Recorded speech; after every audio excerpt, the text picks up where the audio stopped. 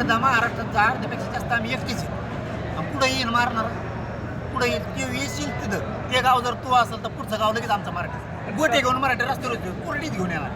तू गोळ्या घेऊन येणार म्हणलं आम्हाला कुरडीत उचला लागतील ना, स्वसंरक्षण तर करावं लागेल ना. तुमच्या हाताने मारायचं, आम्ही मारायचं, तुमची जिरवावता लागत. कुठं आहे रे तू राज्याच्या कोपऱ्यात, कुठेही तुम्हाला पळून सुद्धा देणार नाहीत मराठी, पळून पण नाही देणार. या जी धमके येत आहेत ते कोणाच्या जोरावर येतात काय? हे नरकासूर आहे तिकडे बसलेला. परळीतला नरकासूर काय करतो, त्याला ती सवय लागलेली. वातावरण हमेशा पेटतं ठेवायचं, करत राजकारण.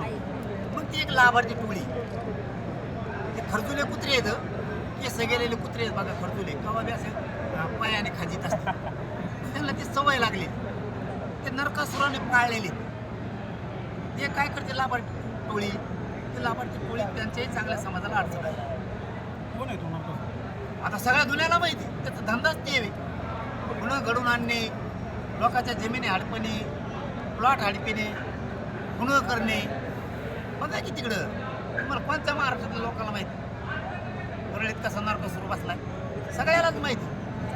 महादेव मुंडेचा खून करणे, संतोष देशमुखांचा खून करणे, असे शेकडाने खून केले त्यांनी.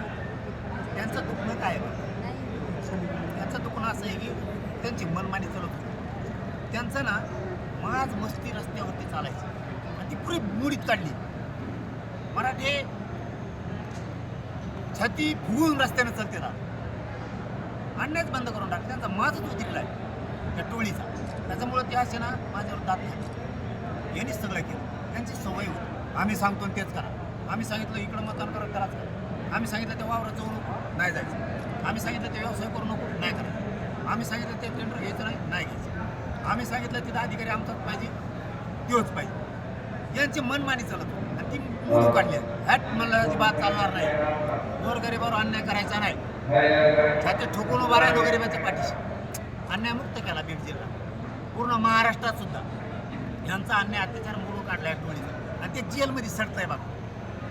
त्याच्यामुळं त्यांना वाटतं याने आपलं कार्यक्रमच केला. आणि मी जे आणखीन बोलतेत ना, त्यांचा टप्प्यात आला कार्यक्रमच वाजणार. मी सोडत नाही, मी लई विचित्र आहे. अस्सल मराठा आहे, अशा नोकळी जातवाले मराठ्यांची खात्यावर जबाबदारी घेतली ना पठ्ठ्यानी, कडीलाच नेणारे भेटच नाही. गोरगरिबांच्या लेकरासाठी लढतोय म्हणून यांना मला मारायचं. मी गरिबांची इमानदारीने काम करू नये, चूक आहे माझी. इमानदारीने जातीसाठी काम करू, जातीचे लेकराबाळ मोठे व्हावे, चूक आहे माझी. यांना वाटतं याने मराठी मोठी करू.